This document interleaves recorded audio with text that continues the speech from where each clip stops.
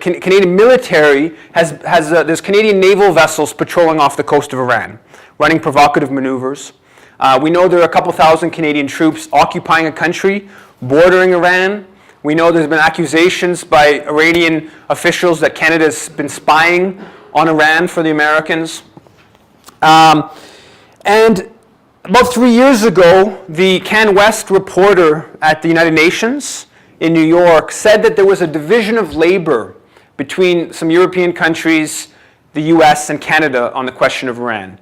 The Americans and I think the Brits and the French focus on the question of sanctions on Iran, while Canada focuses on Iran's human rights record as a way to contribute to this destabilization, justification for an attack. And there is a lot to legitimately criticize. There is clearly a democratic deficiency. There is clearly sexist policy within Iran, and there's a lot to criticize. But at the same time, the Harper government says very little about the more repressive, much less democratic, and more misogynist regime in Saudi Arabia. Well, why? Because that's our ally. And I have a Canada-Iran Google News update thing, and in response to the Canadian attempts to go after Iran's human rights record at a whole series of international forums over the past few years, Iran has been responding with attacks against Canada's human rights record. It's never reported in the Canadian media. Never. Like at Press TV, I've literally received a dozen or maybe into the dozens of examples. So the Iranians talk about the murdered, the 500 plus, some say as many as a couple thousand, but minimum of 530, I believe it is, murdered and missing indigenous women in this country over the past few decades. And the Iranians bring this up at international forums. The Iranians repeatedly talk about the Canadian treatment of First Nations and other issues. And in both instances, we shouldn't take, in both instances, the critiques are legitimate. Where they're coming from is not about some moral outrage. The Canadian government's not morally outraged with Iran's treatment of dissidents, and I don't think Iranian officials are morally outraged at Canada's treatment of First Nations. I think both cases it's legitimate criticisms, but we shouldn't trust the motivation. In both cases, it's a geopolitical, geostrategic power politics motivation. But I think it just sort of speaks to the situation. And the pretext or the reason supposedly for this campaign against Iran is because Iran is supposedly possibly building nuclear weapons. But in September, a number of Arab countries pushed a resolution at the International Atomic Energy Agency calling for a nuclear-free Middle East. According to Bloomberg News, Canada was one of 3 countries to block that resolution. Well, why? Because our ally Israel has not a possible nuclear weapons program, but has a significant nuclear stockpile of 100 to 200 nukes. And on a number of occasions at the International Atomic Energy Agency, the Harper government has abstained on resolutions calling for Israel's known nuclear stockpile to be put under IAEA controls. These are resolutions that basically the whole world supports, and there's a half dozen countries or so that either abstain, I think mostly abstain, I think the US might oppose.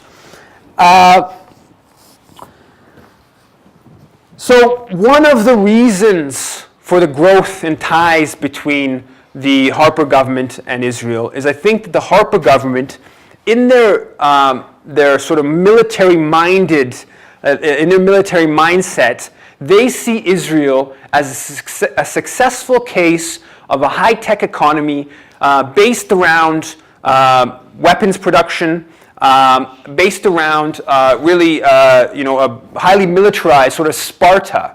And I think they're seduced by it. I think much of the subsidies that go into building weapons are then used for other high-tech devices that are, and Israel's been quite successful.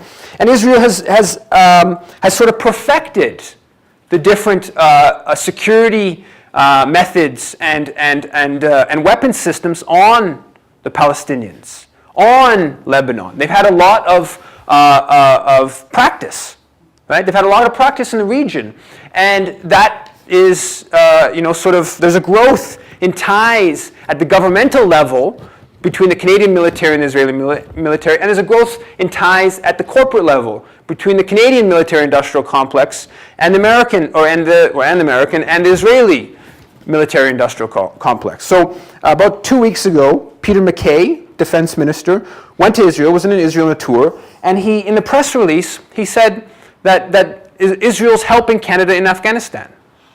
And that Israeli technologies are helping Canada in Afghanistan. So Canada's putting to use the technologies that Israel has sort of perfected on the Palestinians in Afghanistan. Most importantly, most obviously, the drones that Canada has bought from Israeli companies. And so one of the major parts to the Harper government's foreign policy and this sort of shift is this militarism. This is the government that sees the military as a solution to most of the world's problems, right? And they're close to the military companies that profit from a growing military budget. Back in 2007, Harper referred to Russia as aggressive. Then Peter MacKay went to the Ukraine and said that Canada would provide a counterbalance to Russian influence in the region. The way they've justified spending $16 billion, I think that's the minimum number we're talking about now, $16 billion on F-35 fighter jets, is by saying that Russia is on the cusp of attacking Canada. If you didn't know, you weren't up to date. We're right back to the Cold War, right? Right back to the Cold War. They're on, Russian fighter jets, or next thing, Calgary's only 6 hours away from Russian airspace or something, and we're going to get bombed.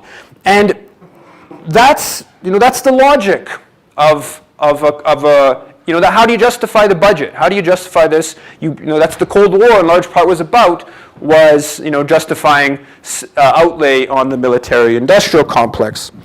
And of course, the example of Canadian militarism that's most stark over the past over the Harper government is in Afghanistan. The Canadian troops in Afghanistan, just a few days ago, the Joint Task Force 2, the CBC reported on the Joint Task Force 2, the Special Forces Commandos. One of them said that his commanders were pushing the troops to commit war crimes in Afghanistan. People might have seen that it was reported in the CBC and the Globe Mail elsewhere. Commit war crimes in Afghanistan. And we know that the JTF-2 troops have been involved in those nighttime assassination raids where there's some Afghan's house where someone's supposedly a Taliban, and you bust down the door in the middle of the night, you shoot to kill, you ask questions later. We know that Hamid Karzai, the puppet president, has criticized those nighttime assassination raids as contributing to hostility to the foreign forces in the country. So